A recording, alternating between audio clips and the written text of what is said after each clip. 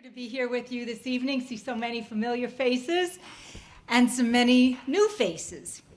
I am honored to have been invited to moderate this discussion, and I wonder what journalist wouldn't be thrilled to have a chance to sit and pick the brains of Dr. Richard Bulliet and Sheikh Hamza Yusuf. I think this is a rather appropriate room for us to be in to discuss misreading history. Altschul in German or Yiddish means old synagogue. And a synagogue is a place for worship, for wrestling with the soul, and for becoming educated. And I look forward to doing that with you and our guests this evening. Now, in my time at Columbia University, where I studied at the journalism school, I did not have a chance either to study with or interview Dr. Richard Bulliet. So I'm going to make up for some of that lost time tonight. I can say this, that for the past 30-some years, he has taught in Columbia University's history department. Almost nonstop since '84, he's been director of the Middle East Institute here at Columbia University. His geographical expertise of what we call the Middle East goes from North Africa into Southwest Asia, Southern Europe, and of course over to Iran. His spiritual expertise extends through the Abrahamic traditions, Judaism, Christianity, and Islam, although I don't quite know to which one he ascribes yet. He is a time traveler. His expertise is also in medieval studies, so from the Middle Ages to today. Dr. Bulliet is also a novelist, and I'm intending to read some of those books. His critically acclaimed nonfiction book I present to you here, The Case for Islamo-Christian Civilization. Well, this is Islamo-Christian civilization. And he argues that civilizations of the Middle East and the West should be viewed as sharing common cultural traditions. And I see that as a rather daring and counter-establishment, counter-culture type of view and thesis, and I'll bet that you've got some stories to tell about how people reacted to this outlandish notion of an Islamo-Christian civilization.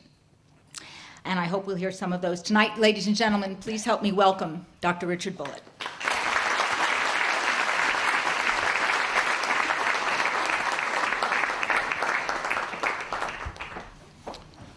Well, thank you very much. It's a particular pleasure to be able to share a platform with Sheikh Hamza and to see this auditorium filled more than I think I've ever seen it before. I feel like I'm opening for the Rolling Stones or something. But in fact, this is a conversation. And the format is that we will begin the conversation with two, hopefully not too long-winded monologues. And then we'll move on to having a more formal conversation. So I'm going to talk to you for about 20 minutes. Misreading history is not the right title. You can't misread history until it's miswritten. And I think that the crucial thing here is the miswriting of history. Now, I say you can't misread it because where do you get your history? You get your history ultimately from written sources. You may get it at first hand, or you may hear stories from your parents or friends, something like that. But at some point, somebody wrote down the history. And history is structured according to master narratives. Master narratives are those things about history that have been repeated so often and so confidently, with so little variation, that they are taken to be true. And yet none of them are. Master narratives are the triumph of the historian. Everybody would like to invent the particular story that then gets told in every history book for the next 5,000 years. But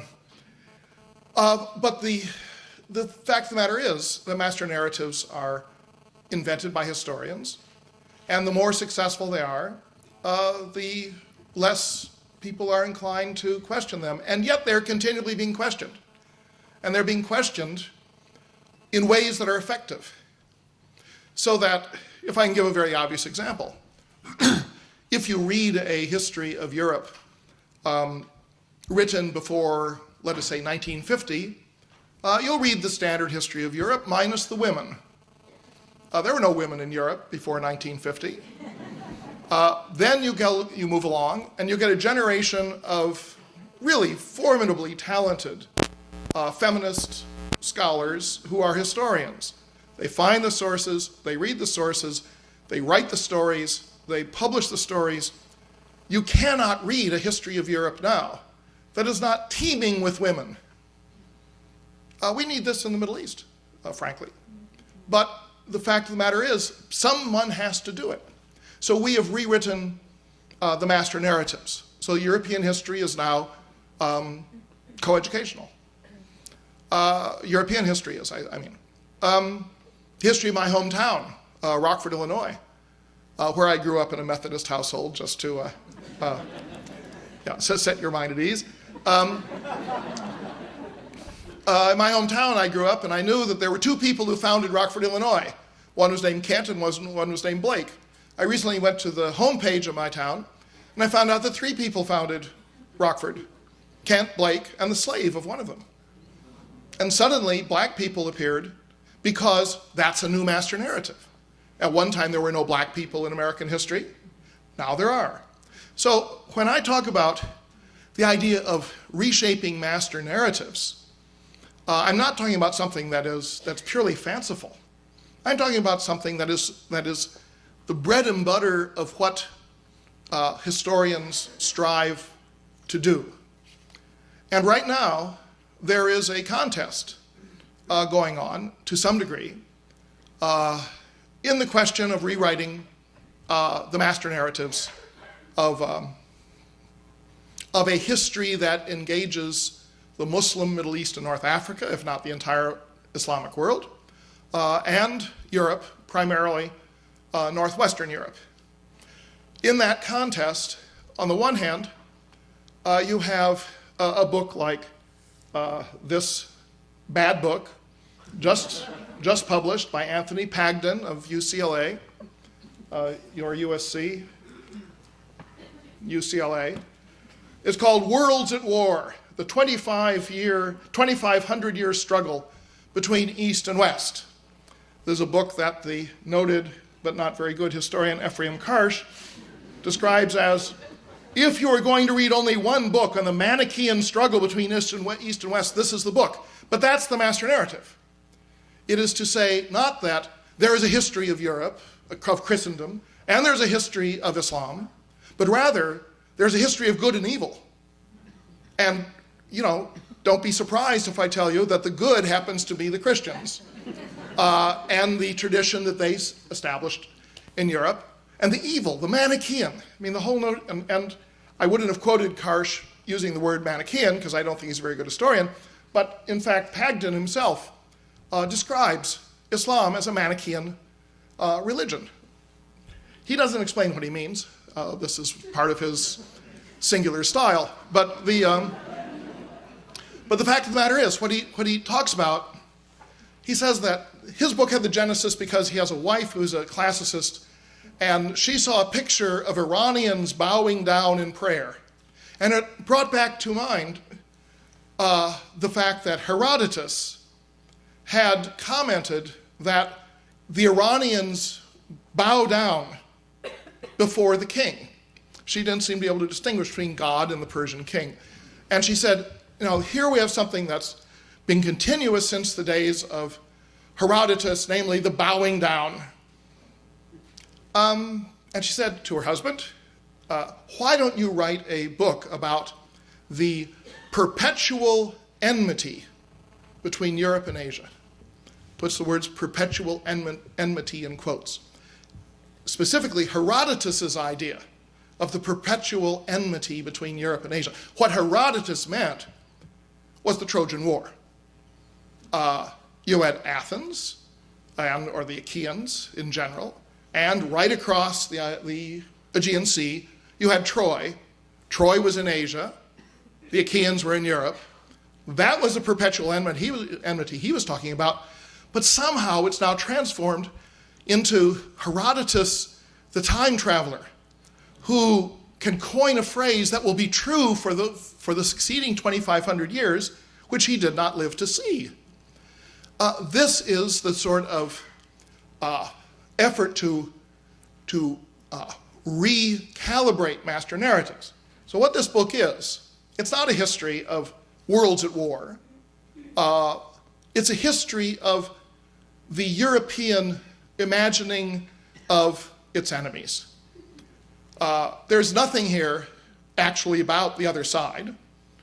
And in fact, the author and the publisher both felt that it was unnecessary to have anyone proofread the book who actually knew any Middle Eastern languages. So he has this, every tiny Dutch village name is correctly spelled, and he has a real tough time with virtually any name from the Middle East. But the point of the matter is, it's taking the broad narrative of European history and recasting it as one of perpetual war with the East. Now we saw, this is not a big surprise. Edward Said, my admired colleague here at Columbia, wrote about this, but he wrote about it in the context of imperialism, in which you either had people who were acting as agents of imperialism or who were unconsciously abetting imperialism. But here you have something, I think, that is somewhat more tenacious. In other words, what this book tries to do is to say that everything in the European tradition has always been and forever will be good. And everything in the East, whether it's the ancient Persian Empire or the Muslims of today, will be bad. This happens to be one of the better books. I mean, it's a good read, piece of crap, but it's a good read in terms of style. And it's been well reviewed in the New York Times, in the New Yorker. It will get a bad review in the Washington Post if they publish my review. But I'm waiting to see whether they actually publish it. Now I'm going to contrast this with another effort to recast master narratives, which is my own book, Case for Islamo-Christian Civilization. The argument of that book is that, we don't have two civilizations clashing. We actually have one civilization arising ideologically and religiously out of the Abrahamic tradition, but also sharing enormous similarities and parallels over the last 14 centuries. And it could and it should be written as a single history. And that was my master narrative, and I call it Islamo-Christian Civilization. Nobody would review that book. It wasn't reviewed by any newspaper in the United States. It's been translated into other languages. It always gets reviewed outside the United States. But in this country, it was not reviewed. There were reasons for this. One of them was that it struck me that there is nothing absolutely anathema about people engaged in democratic or electoral politics taking their religion as a guide in those politics. Within the secular establishment in this country, there is a self-deluded belief that religion plays no role whatsoever in the American democracy. Even at the same time, they know that religion plays a powerful role in American democracy. But the idea that somebody would say it's okay for a person of faith to also be engaged in the political arena with their faith relevant to their politics, that was something that was considered unacceptable. And of course, the other thing was that Islamo-Christian civilization does not include Islamo-Christian Judeo-civilization. And I actually wait, I think, all the way to page 2 before explaining why I don't include Jewish civilization in this, because I'm not talking about the shared scriptural bases, in which, of course, I would have included Judaism, but rather I'm talking about other aspects of history, largely having to do with institutions, with interrelationships, with the issues of cohabitation or non-cohabitation, and so forth and so on. Now, a book like that, instead of taking the existing master narrative and tweaking it in a post-9/11 Manichaean direction, proposes a different master narrative in which we say, why don't we look at all this together? Now, what would happen if you did that? And is it really ridiculous, the way so many of my detractors seem to think? Well, in the first place, if you read the history, the master narratives of the history of the West, the Middle East is all over it. You know, after all, Jesus came from the Middle East. The whole religious tradition of the West comes from the Middle East. I mean, so many ways. Greeks and Romans, yes, but also Mesopotamians and Egyptians. So how is that handled by historians? Well, one thing they could do, of course, is to say, well, you could divide the Mediterranean Sea with a vertical line in which you would have, to the east of the line, all the text would be in Greek, and to the west of the line, the text would be in Latin. Then you could say you have two civilizations, and they're clashing. You have the Latin civilization versus the Greek civilization, and you could show that the Latin civilization regularly and successfully beat up the Greek civilization, because the Romans conquered everybody. But they didn't successfully impose their language. Greek continued to be the intellectual language in the East. But nobody draws that vertical line, even though everyone recognizes it. Why don't they draw the vertical line? It's because they say, we're talking about Greco-Roman antiquity. And so you hyphenate something, and you say, okay, if you put that hyphen in there, hey, it makes it all one. And so Greco-Roman antiquity it is, until the Arab conquest. Then suddenly there's a horizontal line that divides the north side of the Mediterranean from southern Spain and Sicily and the south side of the Mediterranean. And that line is considered to be definitive. And yet it is no more definitive than the hypothetical vertical line that would divide the Greeks from the Latins.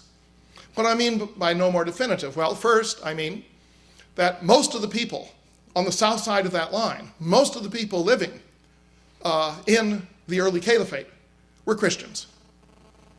The majority of all the Christians alive at the time of the Prophet's death ended up under Muslim rule. And over a period of 300 to 400 years, their descendants, for the most part, became Muslims. Now, it's understandable that Christians at the time viewed this as an absolute catastrophe because their faith communities were taken over by someone else. And some of them became isolated, like the Armenians or the Georgians or the Ethiopians. Others became an embattled remnant, such as the remaining parts of the Byzantine Empire. Others embarked on a huge new campaign to Christianize parts of Europe that had not previously been Christian, namely Germany, Scandinavia, Poland, British Isles, etc. Islam and Latin Christendom expand at the same time. Now, it's true, Christianity is 6 centuries older, but in their particular territories, they're expanding at the same time, and the reason for the institutional similarities between them is that they share this great experience of having massive populations over several centuries join the new religion, whether it's Latin Catholic Christianity or whether it's Islam. So they have a shared history of expansion. But in Europe, the expansion is at the expense of polytheists. In the Middle East, it's at the expense of Jews and Christians. And in fact, you have a much more peaceful expansion of Islam than you have of Christianity. Although now the opposing master narrative argues that Islam has always been militant and violent and warlike, where you don't want to go back to early Christian history in the West and ask who was being militant and violent and warlike. And for that matter, there is no part of the world, bar none, that has as intense a history of almost continual warfare as Europe.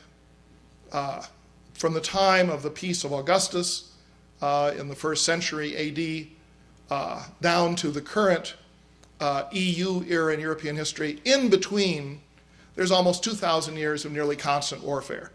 By comparison, the Islamic world is a haven of peace most of the time. But nobody wants to hear that. That's not part of the master narrative, because the master narrative is that, war and competition makes you strong and inventive and, gives you the power to rule the world. Well, this is kind of gilding the lily, I think, but it's part of this story. Now, what I'm trying to argue for is a view of history that says,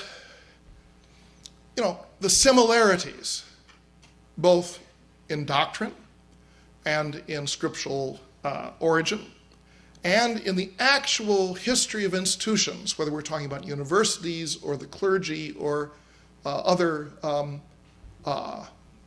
phenomena, the spread of a single dominant religious language, that the similarities between what happens in the Islamic Middle East and North Africa and what happens particularly in that part of Europe that becomes part of Latin Christendom, those similarities are so great as to constitute a single history.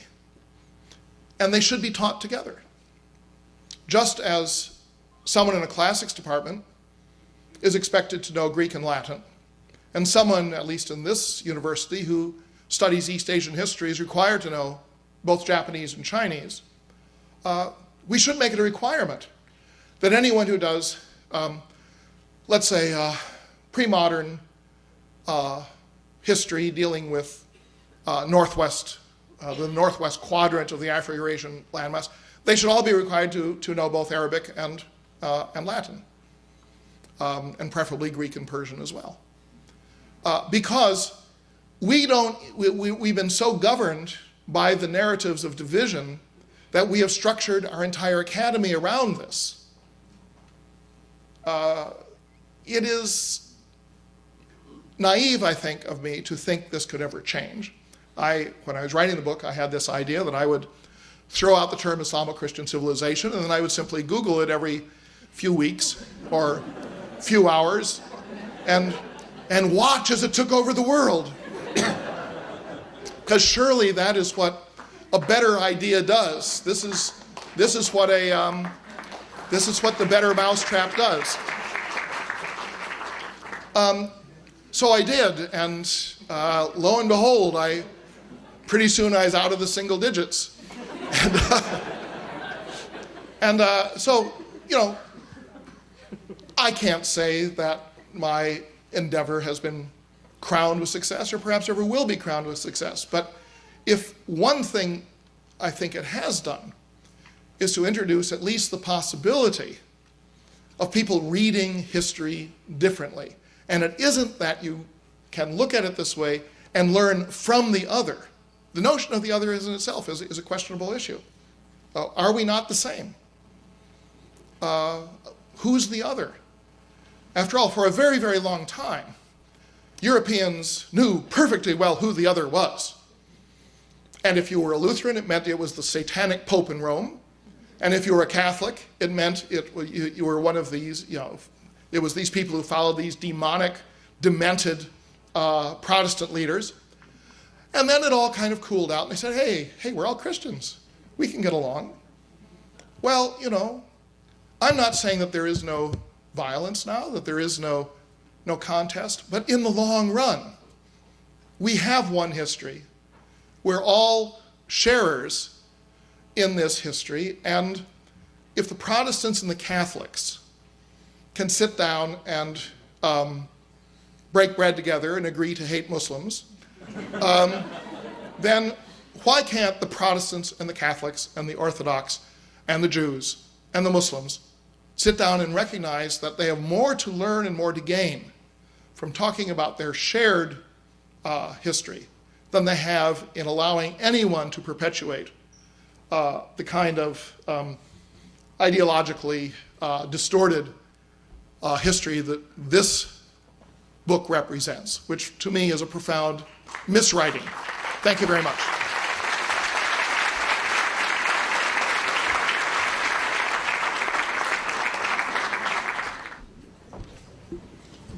Thank you, Dr. Bulliet. I think we can all make a difference in creating Islamo-Christian as a part of our current lexicon. We should go to Google, we should write about it, we should demand it, we need to put it in our language. What do you say? Why not? Because, you know, it wasn't that long ago that the notion Judeo-Christian became part of our lexicon. So there's nothing impossible, I think, about what Dr. Bulliet suggests. It is now my pleasure to introduce to you Sheikh Hamza Yusuf, who is also a teacher, who is a leader and a friend. He is founder and resident scholar of Zaytuna Institute. He is a man who has learned his religion and taught it with authenticity and love in a way that I greatly admire. I will say that he's mastered the language of the Quran, and my father is an Arab, and I've never mastered that, so I'm humbled. Zaytuna is based in Berkeley, a city that cultivates many revolutionary ideas in this last century in America. And I think a seminary, Muslim seminary, is indeed a revolutionary idea. At Zaytuna, Sheikh Hamza and his partner Imam Zaid Sheikh bring a multidimensional and pluralistic and traditional kind of learning to the spirit of Islam, and are beginning to infuse a real sturdy, steady, integral sense of Islam in America. It's a very exciting time, I believe, to be a Muslim here in this country. Sheikh Hamza is committed to, as Dr. Bulliet is, a better understanding of Islam in this country at this time of crossroad. And indeed, we are at a crossroads here in this country, and I think globally. Since the defining day of that crossroad, September 11th, 2001, Hamza Yusuf has emerged as an expert on Islam in America. Like Professor Bulliet, he emphasizes the urgency of mutual understanding among people of faith. For those of you who can go to Zaytuna and sit at the feet of Hamza and Imam Zaid, I highly recommend you avail yourselves of the opportunity. For those who cannot, we are here tonight to avail ourselves of the opportunity of listening to Sheikh Hamza Yusuf. And then I will return, and the three of us will sit together and talk. Please welcome Hamza Yusuf.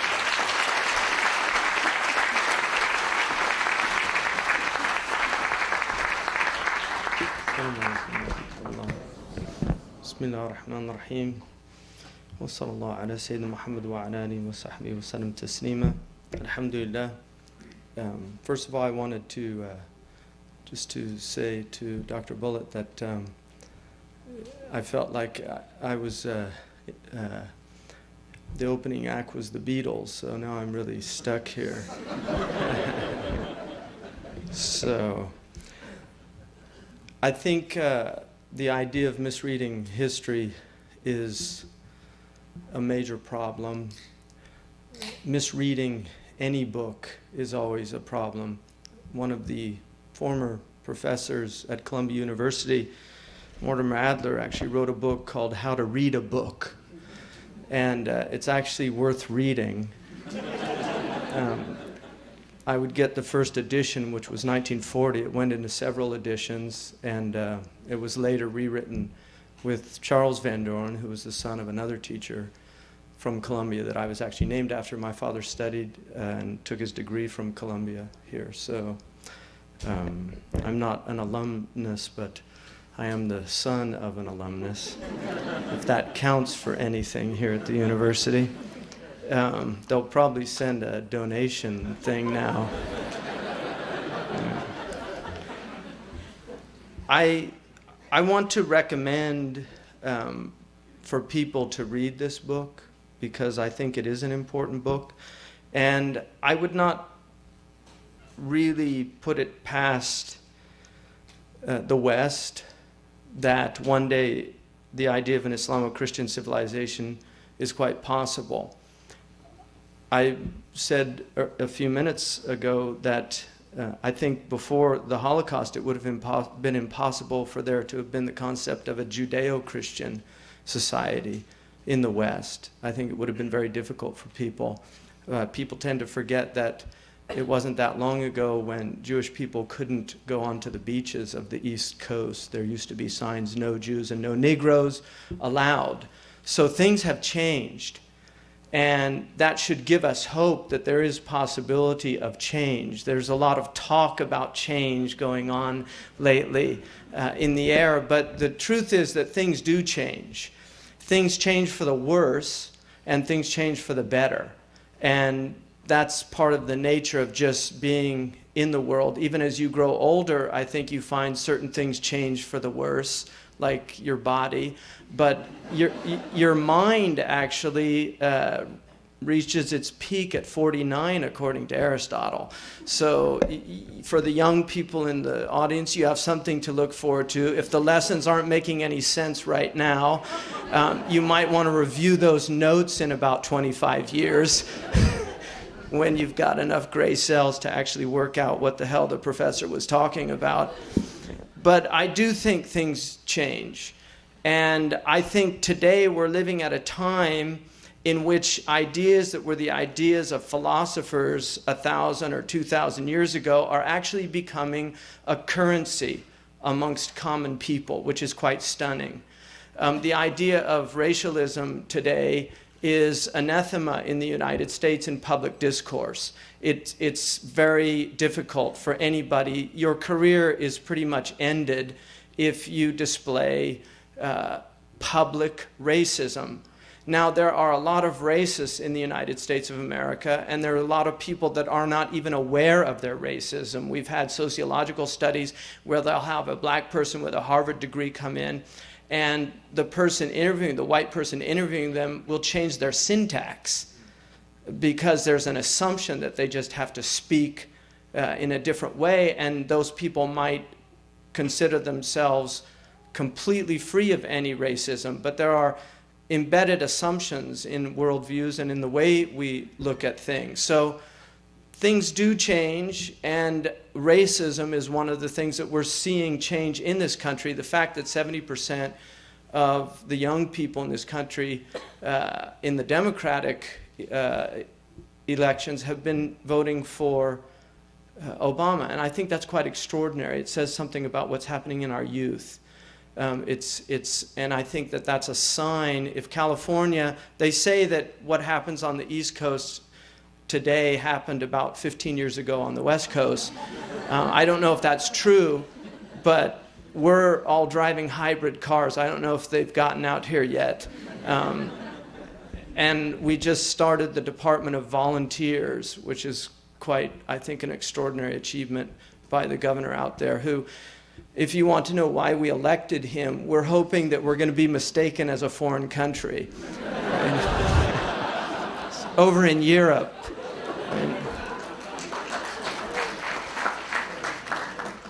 So that's one area that has really changed. The people during the Civil War, there were people in this country that justified racism biblically as well as rationally. They used arguments from Aristotle of natural slaves, that there are natural slaves in the world. Many of those people were actually religious people, Christian and Jewish leaders that argued that it was biblical, that there was a biblical basis. The South was a very Christian part of the country. In fact, the Confederacy could have been seen really as almost a fundamentalist army. I mean, these were really devout Christians, and they thought that slavery was a perfectly acceptable, biblically sanctioned way to engage with other people. But that is no longer the case, despite the fact that there's still racism in the South. People do not accept that idea of one person owning another person. So I think we have to be aware of that. That's quite extraordinary. Now, in terms of the misreading of history, I think, first of all, you have to read history before you can misread it. And I think, unfortunately, a lot of people do not know anything about the past. The past, for many people, is taken from Hollywood films. They know more about, I think, British history from films like Braveheart than they do from anything they heard in a history class. And Braveheart is has nothing to do with British history for people that know anything about William Wallace or what actually happened, other that there was a guy named William Wallace who did fight somebody named Edward, the second in British history. But this is something that many people in this country are not aware of, not only our own history. And a good example of that is somebody like Ron Paul, who's seen as a kind of wacko candidate, and yet much of what he articulates is very consonant with Founding Fathers' early beliefs. So it shows you how far the country has come in terms of the Founding Fathers and, for instance, foreign policies, no foreign entanglements. That was definitely part of American foreign policy for a long time. Americans did not want to get involved in other places. There was massive resistance to even getting into World War I and World War II. There was actually a very strong America First movement in this country. One of the spokespersons for that movement was Charles Lindbergh, who flew across the Atlantic. So there was an isolationist attitude in the United States. Americans did not like to get involved in foreign entanglements, despite the fact that there is a history, especially during McKinley and after that, there is a history of imperialistic interventions in places like the Philippines. But generally, there was resistance to that. Certainly, Mark Twain, if anybody's ever read his article about the Philippines and the massacre of the Filipinos, he was part of the anti-imperialist movement in this country and very well respected, as people know.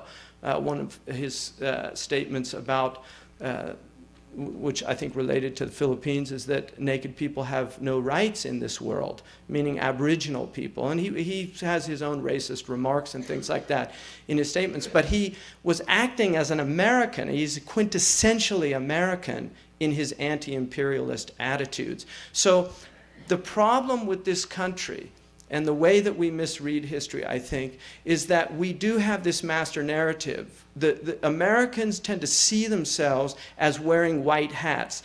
In many ways, we are the Manichaeans. We are the people that really see things in terms of black and white.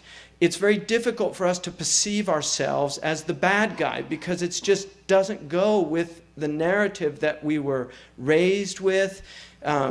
That was a view of that Americans had. Manifest destiny. God is with us. The cavalry charged and the Indians all fell. The cavalry charged and the Indians all died. But the country was young then, with God on our side. And this is a view that has been carried into the Middle East. This is a view that has been carried into Afghanistan and many other places. So it's hard for us to see that we have good intentions. And this is an argument that you'll hear, well, we have good intentions. So we're not really there about the oil. We're there to bring them democracy. Well, there's a lot of other countries in the world that don't have democracy that would have been a lot easier to bring democracy to as just sample case studies, just to show that we could do it. Like, for instance, Mali. Mali would give you no resistance at all. I've been to Mali. I guarantee you the Malians would love for the Americans to invade the country and build their infrastructure, drill wells for them so that they'd actually have potable water and their children didn't die from dysentery. Because I was just in West Africa and I was in a village there where the children are urinating blood because of the grit in the water. And so I'd like to see us bring just wells to Mauritania. Just wells, not democracy, just wells so that they can drink pure water. That's all. Because we spend billions watering our lawns. And that water's potable. Billions watering lawns, but we've got people dying from a lack of potable water all over the world. So these are the realities of our time. We like to see ourselves both in the past and in the present as sometimes very different from how we're viewed by others. And so it becomes very important to listen to the others so that perhaps you can hear something, because Imam Shafi'i, one of the great scholars of Islam, who was noted for his impeccable character, was once asked how he got such good character. He said, I listened to my critics and I took their criticism seriously. It can be very, very therapeutic to listen to what people who don't like you have to say. It can actually help you see yourself. one of the extraordinary things about the Greeks, and the Trojan War was mentioned, if you look at Homer, Homer's anything but Manichaean, because although he's a Greek writing this sacred history of the Trojan War, I tend to side with the view that he actually really has a soft spot for the Trojans.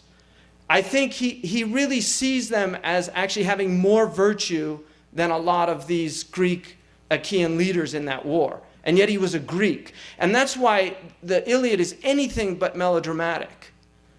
Because the Greeks were not melodramatic.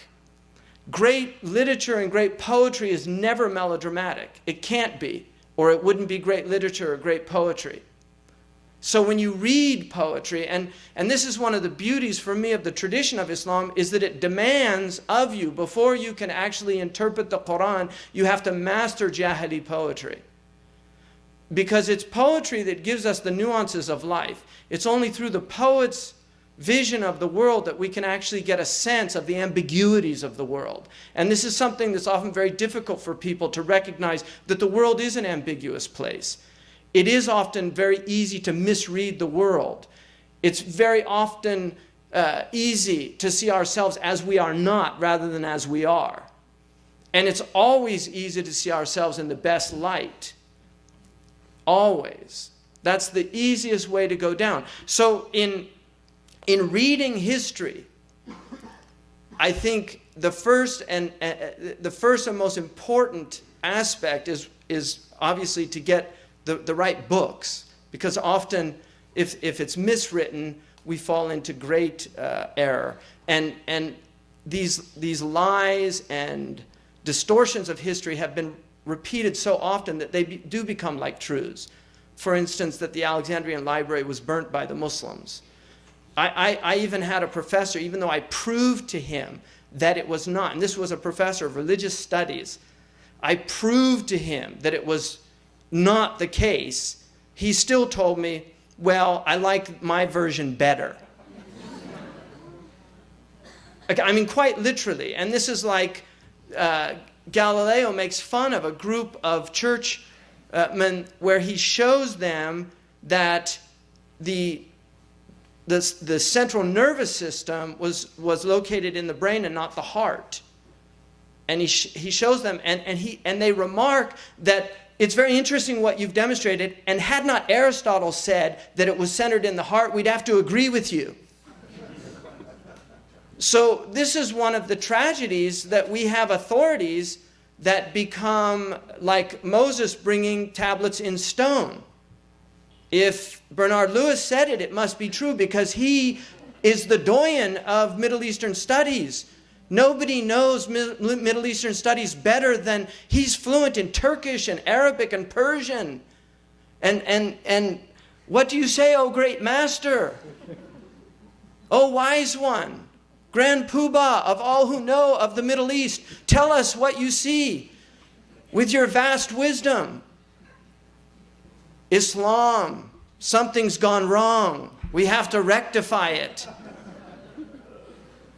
The question that I would have as an American living in this country, not even as a Muslim American, as an American, is what went wrong here? What went wrong here? Because when I grew up in this country, I had to get under a wooden desk out of fear of being bombed by the Russians with nuclear bombs, long before Osama bin Laden.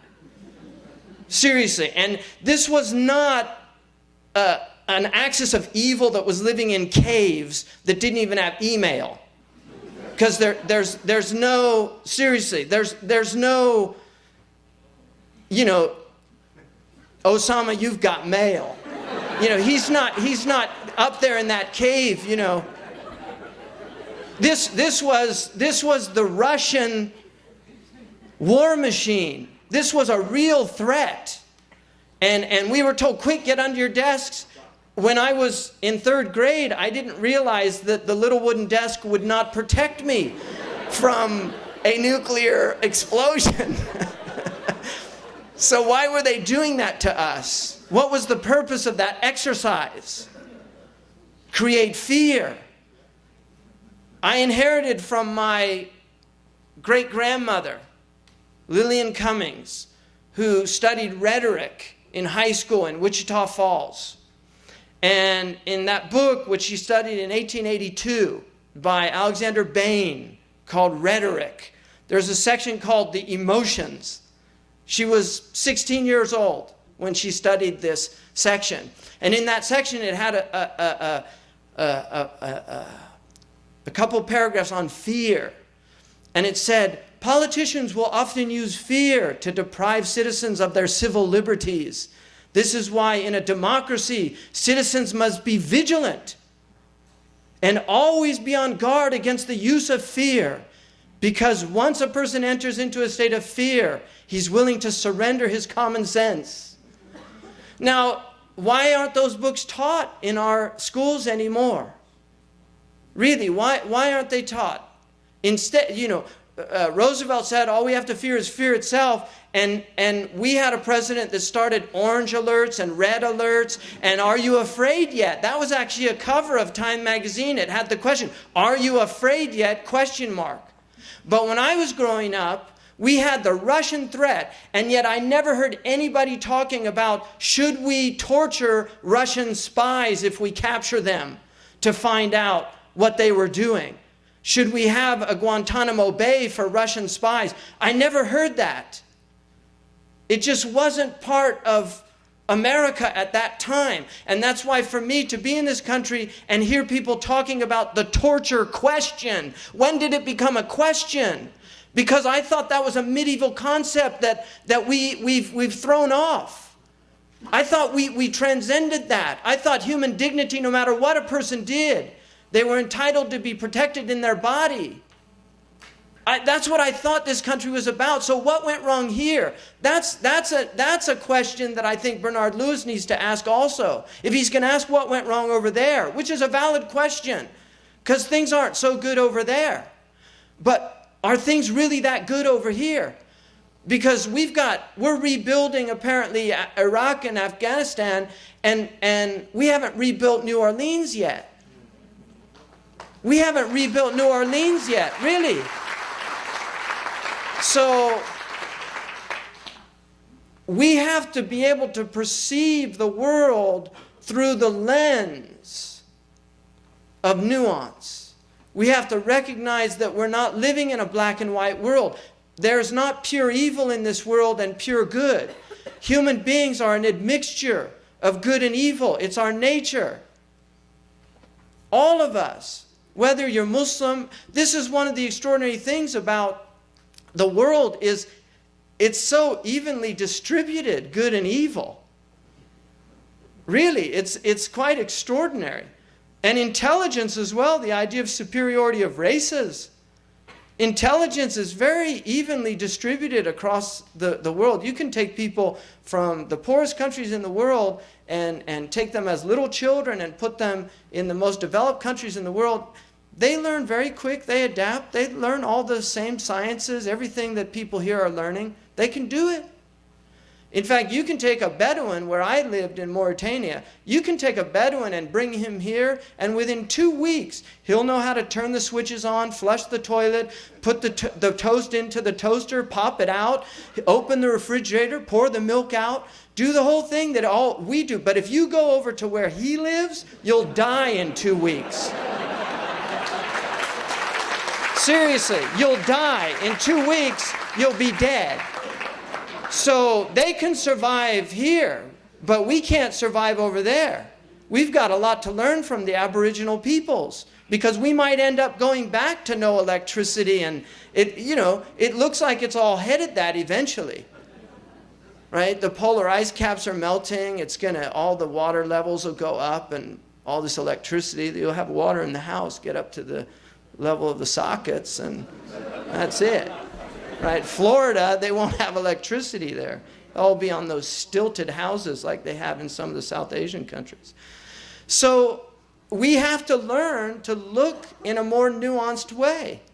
Now, there's one issue that I want to talk about, and I'll close on this, is that we're in a crisis, and I think everybody's aware of that, and the crisis is very deep, and there are no simple answers to this crisis, but we need to go deeper. And I want to use one example. We had a police acquittal, I think. Was it an acquittal? It was acquittal. 3 police officers shot somebody quite horribly 50 times. I mean, Ahmed Diallo, it was similar situation. But we also have to recognize, and this is something that the Buddhists are probably more adept at doing than most other traditions, we have to be able to get in to the skin of the other. And until we can really do that in some real deep way, we'll never get to any serious solutions. We're going to remain in that black and white, us versus them, police versus civilians, this type of attitude. We're living in a very violent country. We have police officers that are incredibly stressed out. They graduate from these police academies probably with a lot of ideas about what it is to become a policeman and become very jaded, especially those that are working in these inner cities and things like this. And until we start realizing that we've got people out there with post-traumatic stress syndrome, we have people out there with high levels of depression. In my state, one of the highest rates of suicide is in the highway patrol. This is our social sciences. You know, people are having a hard time out there. And until we start seeing that collectively we need to work together and to really start looking at these things at a much deeper level, we're not going anywhere. In the Muslim world, we have serious problems. We have failed states. We have people that do not have basic rights. We have countries that basically there are no legal systems. They're simply not working. You cannot go to a judge and get recourse to justice in many, many countries in the world today. It creates an immense amount of resentment, an immense amount of instability, but these are the realities of our time. And then we have a system that rewards greed and venality. We have a system of economic injustice that is extraordinarily harmful to the human condition. It not only harms the people at the very bottom of the pyramid, it also harms the pharaoh. And the Quran calls the pharaoh as well as the slave. The Quran commands Moses to go to Pharaoh and speak to him gently, that perhaps he might wake up. And we tend to forget that the oppressor needs help as much as the oppressed does. Socrates said, I would much rather be the one being oppressed than the one oppressing, because the oppressed, his body is being harmed, but the oppressor is destroying his soul. In terms of the Islamo-Christian civilization, I think it's a possibility, and it's going to either be the ballot or the bullet, and I'm counting on the bullet.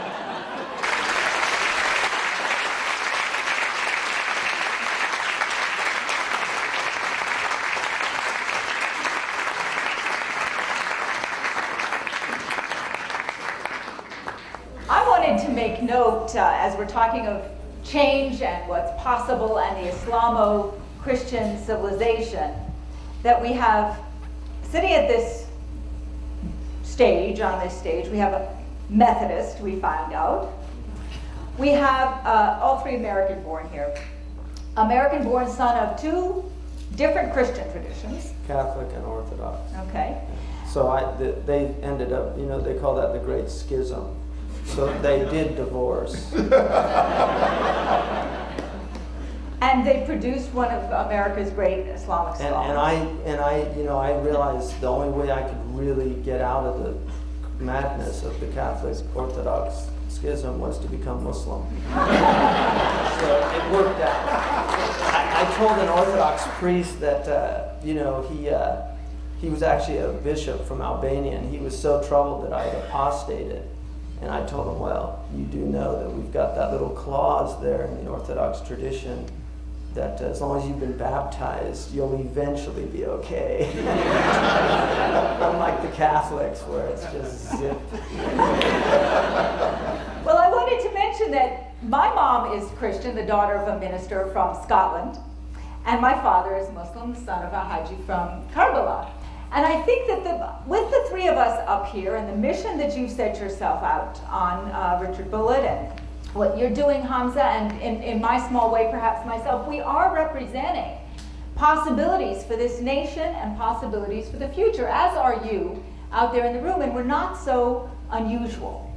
And I really wanted to say that before we go into greater depth in this discussion, because it's important to note that there are people like us out there, people like us out there. And that's where we're going to see our hope and our future. So I did notice in this talk of speaking, you say it often enough, and it's the truth. There is an American philosopher named Tommy Smothers who said that as well. If you say it often enough, it becomes the truth. So it's not just Bernard Lewis. He's in good company. I wanted to, but I wanted to take a look, just for starters, at the subtitle for this discussion: Misreading History, What Islam and the West Can Learn from Each Other. So I want to go there, but I also want to state my disapproval of the terminologies Islam and the West, apples and videotapes. You know, they're not parallel constructs. So as we try to get Islamo-Christian in our vocabulary, I'd like to see if we can find a different construct for Islam Islam and the West. yeah, it's a problem, and it's used. Yeah. So what would you say? I'm going to use a journalist's crutch. What is the most important, the one thing that the West should learn from Islam and that Islam should learn from the West? Just for starters. And I hate that question, but it's a journalist's crutch, and I'm going to use it right now. Well, I don't like the terms either, and I think that no one except people in the West really do like the terms. What they like about the West is that they feel that allows them to ignore the fact that they have faith traditions that they come out of. And they can say, oh, we're post-Christian, we're post-Judaic, we're the secular West without the slightest self-awareness of where they came from and the way in which where they came from influenced things. So the question of what you learn, to me, it seems to me that you study the history of the West through Western eyes, and you study the history of Islam through Western eyes, because we do not have a well-articulated, widely distributed, generally agreed upon history of Islam that has not been generated in response to and in conversation with, and often in kind of abject acquiescence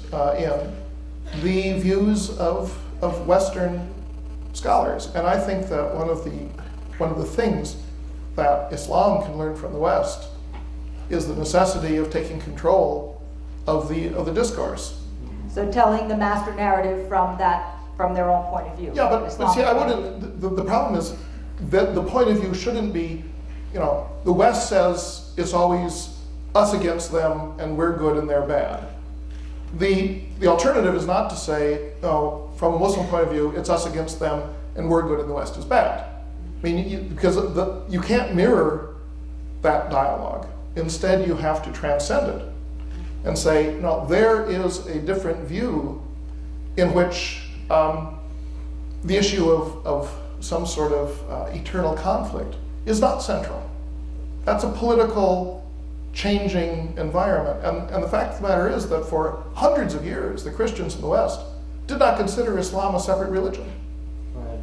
They thought Judaism was separate. Schism. It was a schism. It was a heretical form of Christianity. The Dante, a lot of people miss that nuance of the Divine Comedy in that he places his fictional character of the prophet in the circle of the schismatics, not with the false prophets, but with the schismatics.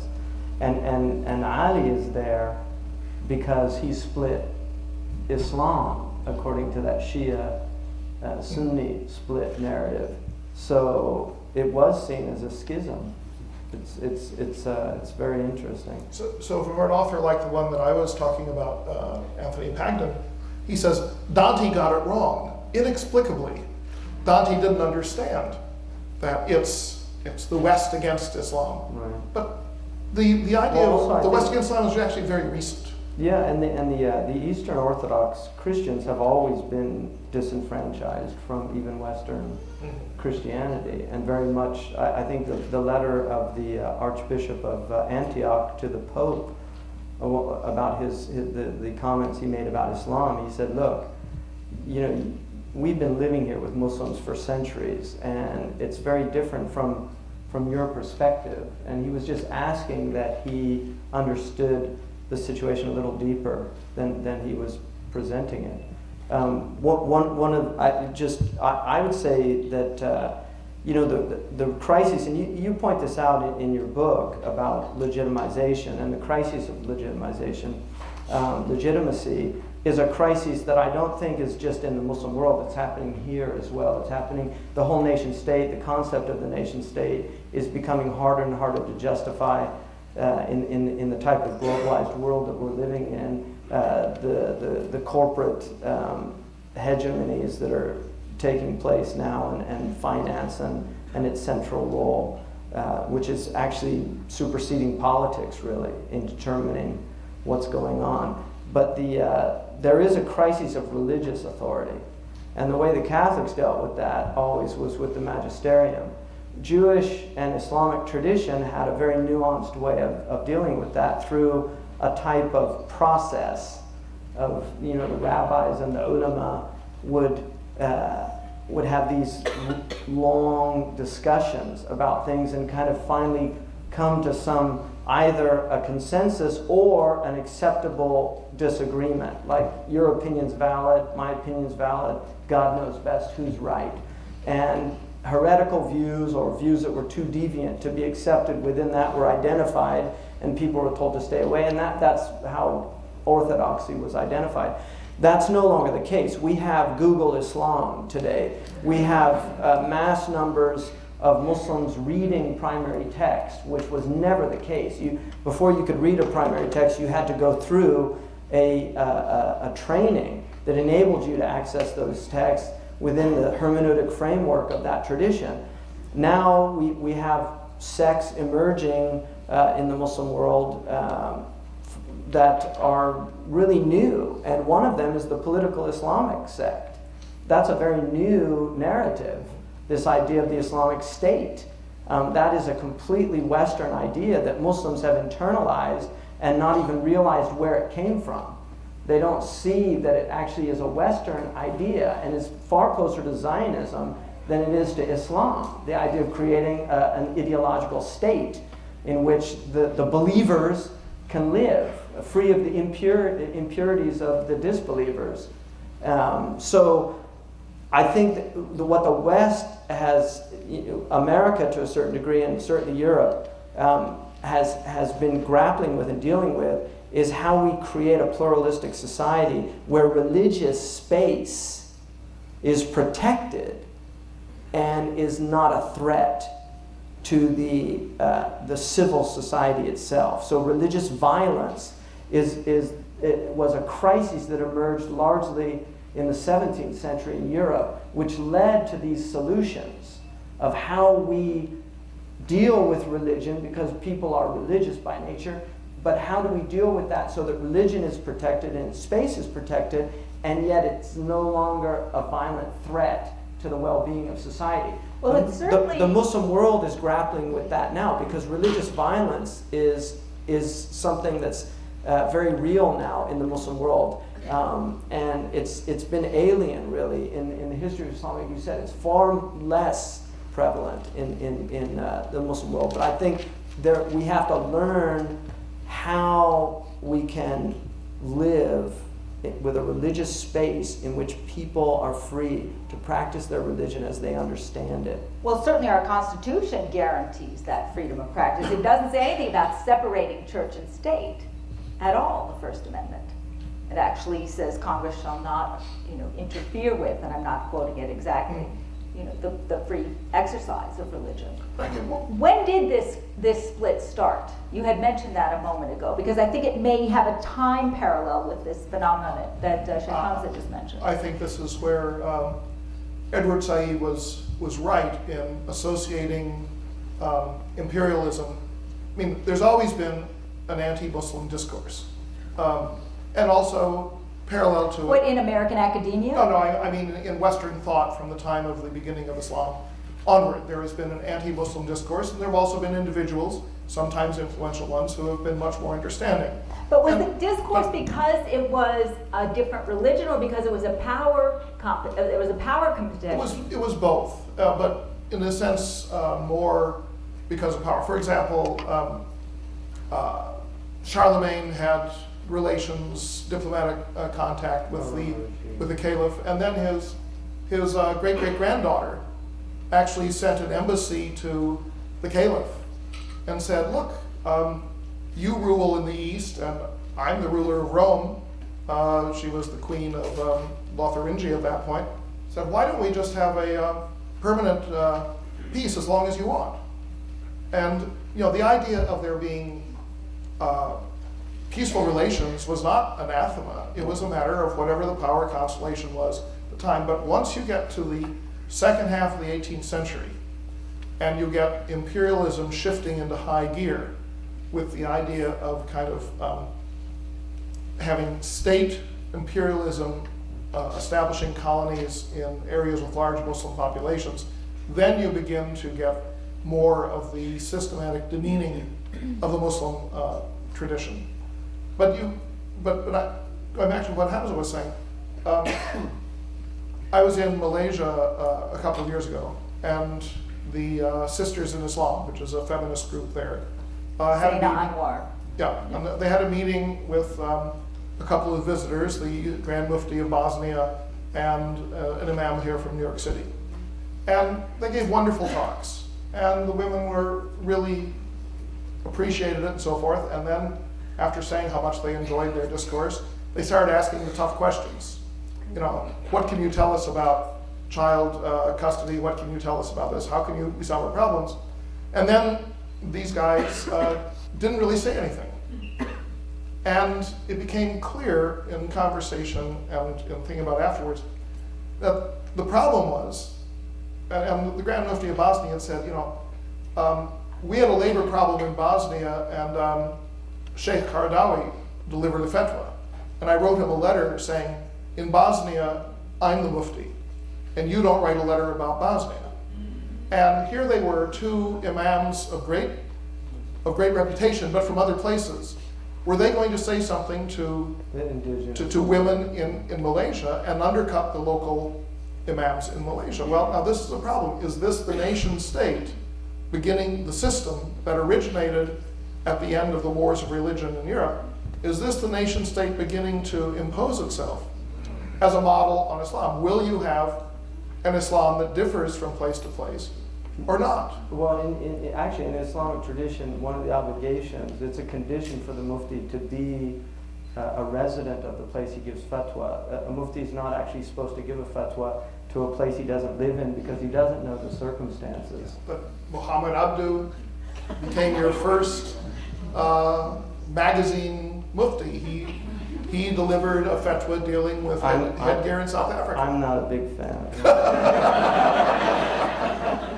But the supposed tos, people don't know what the supposed tos are. There's a beginning of learning, and the internet has helped, and there are a lot of people studying now, and there are even Muslims who are teaching Islamic studies. The thing is fragmenting, and it's a real crisis, and I don't think people realize the severity of it. It's fragmenting. I mean, I was just in the Middle East, and people there having rave parties in Saudi Arabia. This is globalization.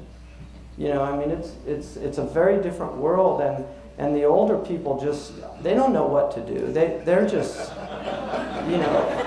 there's not even a word in Arabic for rave party yet. Well, one of the appalling possibilities, there are people now who work in development in Dubai, and other places in the Gulf, who say that over the next 15 years, they expect a transfer of capital of $2 trillion into the Gulf Cooperation Council countries. That is to say, the Gulf countries excluding Iran and Iraq, practically speaking. $2 trillion. You know, at a certain point, does the Gulf become a center of gravity around which the Muslim world begins to rotate? And if so, what kind of a society is being created there? That's a good. It is a really frightening good point. prospect. It's a good point, and it is happening. It's becoming a hub. There's an incredible amount of activity there. And it's very exciting. People, I mean, you're there, and things are happening at an incredibly fast pace. But the disruptions to the society itself are immense, and they haven't yet dealt with that. And that's something Suzanne George talks a lot about. How, you know, fool and his culture are soon parted.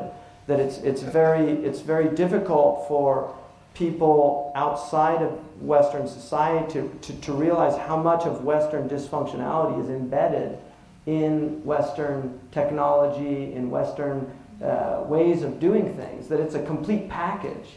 There's an idea in the West, and I think the Iranians really were at the vanguard of this idea that somehow we could modernize without westernizing. That was a very common motif in a lot of the writing in the 60s and 70s. Not being aware at how much of what's going on here is actually part and parcel of the breakdown of the family, the dysfunctionality with drug use, all of these things, because as life gets faster and faster, people get more and more disoriented and start having a lot of real problems. And that's already, it's happening there. And they don't have the social sciences that we have. That was one of the things I was trying to convince the ministries, start using social sciences, because you have to understand your society, like what's happening. Interview these young people, find out what's going on in their minds. The only people that are doing that are the marketing companies, and Procter & Gamble did a study called the Emerging Arab Consumer and identified 4 types of Arabs in the Gulf region: the wee-wees, the wee-mees, the me-wees, and the me-mees. And they said that that sounds very California. Actually, I think the guy was from California who did it. But they said, the wee-wees were the older ones who were more communitarian. The family and the culture were more important than the individual. And then the we-me's were, the culture was still important, the family, but the individual was starting to emerge. The me-we's, the individuality was more important than the culture, but the culture was still important. But the dominant group that they said that was emerging was the me-me's, and they could care less about the culture. They just wanted Prada and Gucci and, MTV. The irony is that this is the area that now has something like 15 American universities who have decided to set up, satellite schools of one sort or another, and they're being bribed into doing it. NYU, I think, was offered $50 million simply to enter into conversation. And so you set up a branch of university. So do you address the Mimi problem by talking about your culture, or by bringing in Western educational institutions to bring in a Western culture? But so 15 or 30 years later, California comes to what really is, on most maps, the Persian Gulf, but if you're in one of the Arab countries, the Persian part is left off of the geography. Have you noticed that? Well, sometimes they call it the Arabian Gulf. The Gulf, yes. But it really is the Persian Gulf. So can we predict then what's going to happen? All the Arabs called it the Persian Gulf long before it was the Arabian Gulf. Yeah. Well, the National Geographic put out one map that said Arabian Gulf and Persian Gulf both, and the country of Iran boycotted it and collected petitions with tens of thousands of signatures protesting National Geographic. They canceled all National Geographic mailings to Iran, and I was the intermediary in trying to solve this. And what did you do? How do you solve that? But the way you solve it is that you call it Persian Gulf, and then you have a footnote. And then in tiny, tiny script, elsewhere on the map you say, Also know that. some Arab countries call it the Arabian Gulf. I remember the Iranian ambassador at that time said, could we put the footnote on a different page? And it's funny how maps become reality, because in the 1911 Encyclopedia Britannica, all the maps have Palestine as the name. And you go before Israel in 47, all the maps have Palestine. But now Americans don't ever know that there was a country called Palestine, that was actually a place. People here don't know that. Most Americans actually think Israel was always Israel. I have a friend who said, I was born in Israel in 1946. And I said, you're going to need to take that off your resume.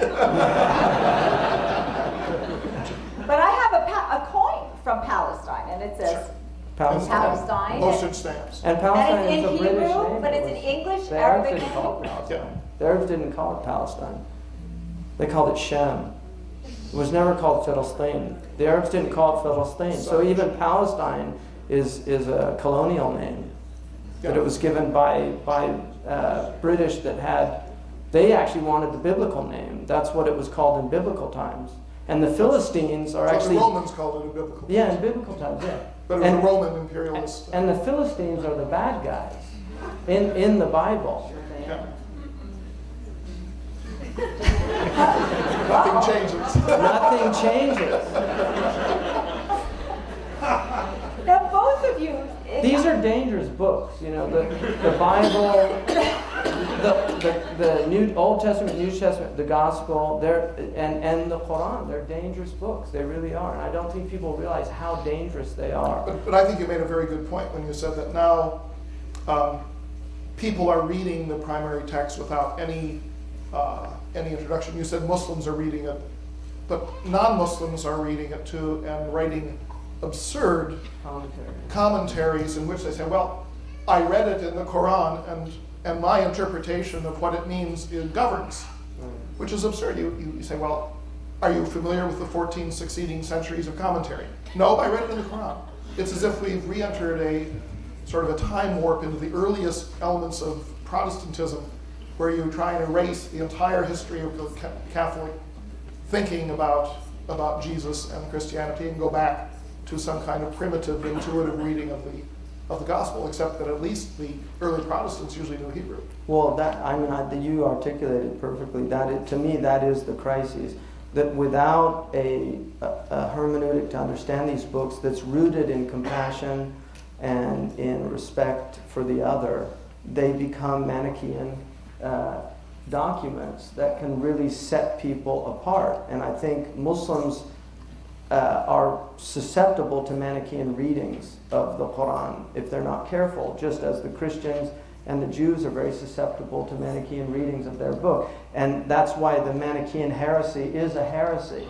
And it's a heresy in the Islamic tradition as well. The Qadariyya it's the same idea. We have the same heresy. So all three religions share that view that it is a very dangerous way to read these books, but they can be easily read like that. And I would argue that it's easier to read the Quran like that than it is the Old Testament. Can I ask each of you for a quick definition for our audience, because certainly I know. Manichaean? Manichaean is, there was a prophet named Mani who preached that there was a single source of good and parallel to it a single source of evil, and they would be eternally at war with one another, and that you should strive in your personal life to perfect your life so you would become pure good. And then you recognize that there is also pure evil, and then it becomes used metaphorically for anything that pits light and dark, good and bad, good and evil. Unredeemable, pure evil. That's right. Evil cannot be erased. It can be fought, but it cannot be erased. Do you have anything to add? I mean, just that the Zoroastrian tradition, the Magian tradition is pretty much the same idea. That Ahriman is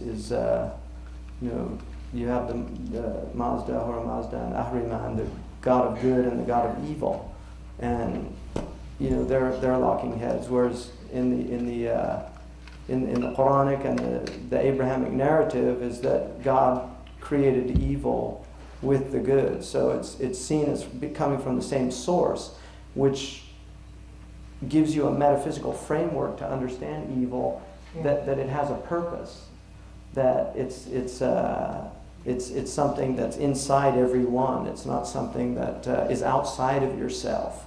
And therefore it becomes, if you understand that in any true sense of that word, it becomes very difficult to objectify evil in the world, unless you take that Manichaean approach to religion, which religions are very susceptible to that at a simplistic reading of religion. The Quran divides the world, if you read it in that gross literal reading, in the mu'minun and the kafirun. But the deeper you go into the Quran's saying, يُخْرِجُ الْحَيِّ مِنَ الْمَيْتِ. He takes the living out of the dead and the dead out of the living. That night is turning into day and day is turning into night. And be careful, these things aren't as fixed as they appear. But you take the simple-minded reading and you get these distortions that are very violent in some cases. But then you can do exactly the same thing with the Bible, so that you can say, well, nobody would take seriously a verse in the Bible that says, thou shalt not suffer a witch to live. And yet you had tens of thousands of women burned to the stake by Christians or drowned because of that verse, because there was a belief that witches were irredeemably evil, they were the agents of Satan, and so on. So, you always have to stand up against the simple-minded, black and white interpretation of things that are properly in every faith tradition, more subtly done. It's increasingly hard to do in our society, where there's more in black and white available to us, both on in newspapers, on the internet, and in a sort of intellectual black and white in the television news. What do we do? When you demonize it, when you're demonizing the other, Dr. Bulliet was talking earlier about the slew of zombie films that emerged after 9/11, and in those films, invariably the zombies are slaughtered with impunity by the good guys, and that he was suggesting that unfortunately there are people in this country that look at Muslims as zombies, mindless and malevolent. And so it becomes very easy to, I'm always amazed that they talk about 4,000 American soldiers have died in Iraq, and never when that is mentioned is let's just have the Lancet report, which is a pretty reputable, it is a reputable journal in England, using the same criteria that they use for Rwanda, and they came up with almost 1 million civilians have been killed in Iraq. But let's just have that, to be on the conservative side, and say it was 500,000. That's a lot of human beings that are just gone from the earth because of a misadventure that was entirely predicated on lies and deception. And people suffer from it. But when you demonize people, it becomes easy for people to read the newspaper about that and eat their breakfast. Well, one of the things that we often talk about in the war on terror and so forth is called asymmetrical warfare, in which we have a lot of weapons and they don't, but they're winning in the way it's constructed. But the fact of the matter is that asymmetrical warfare would also apply to something like the Iraq War, where Americans were never threatened by Iraq, still to this day. Iraq has never hurt anybody who was not in the American Armed Services or working for an employer employed by the U.S. Government, whereas bombings and attacks of all sorts have affected the Iraqi civilians. We are carrying out what Raymond Aron called total war against Iraq, but we're not having total war as something that we're suffering on our side. And that disequilibrium, this is the reason we don't have an anti-war movement in this country, is that we don't sense that we're at war. But the Iraqis know damn well we're at war, and that asymmetry is very disturbing to the soul of the country, I think. But there was that same asymmetry with regard to Vietnam. We were not under attack, nor were we threatened by Vietnam. We've heard a lot about the 50,000 Americans who died and not about the millions of Vietnamese. And there was an anti-war movement. There was a conscience in this country. You had a draft. And you also had Walter Cronkite, nightly news showing some pretty horrific images coming into. That was the first time people had war images. You can see stuff on YouTube, but there's been an almost total, I mean, we're in almost like a Pravda type situation here. I think in some ways our news is becoming more and more like Russian news, and we're even seeing that the scientists have been censored about global warming. NASA scientists and other scientists were actually censored and told what they could and couldn't say. I mean, thank God some of that stuff is coming out, but there has been a lot of censorship. There have been no pictures. They're not allowed to take those pictures of the funeral, the people coming home in the body bags and things like that. So that's part of the problem. And then another aspect of it is, and let's face it, it's the poor people that are dying over there largely. I mean, if you look at even a lot of the names, it's Sanchez, and it's African American, Mexican American, and then poor white communities that are suffering. If you go into the heartland of America in these small towns, those are the people that are losing the people, and they don't have the type of clout that you have. But there's an irony, is that the American soldier is reasonably well paid now. He comes from she comes from a lower social stratum usually, but it's a good job until you're killed. But one of the things that we don't seem to realize is that, if we ever got into a big war and we had a draft again, we can't afford to pay a good salary to draftees because... Well, actually we could. You just get rid of all the Halliburton and Blackwater contracts and use all that money to pay the soldiers. You'll have more than enough to go around. Well, I think you're opposed to capitalism.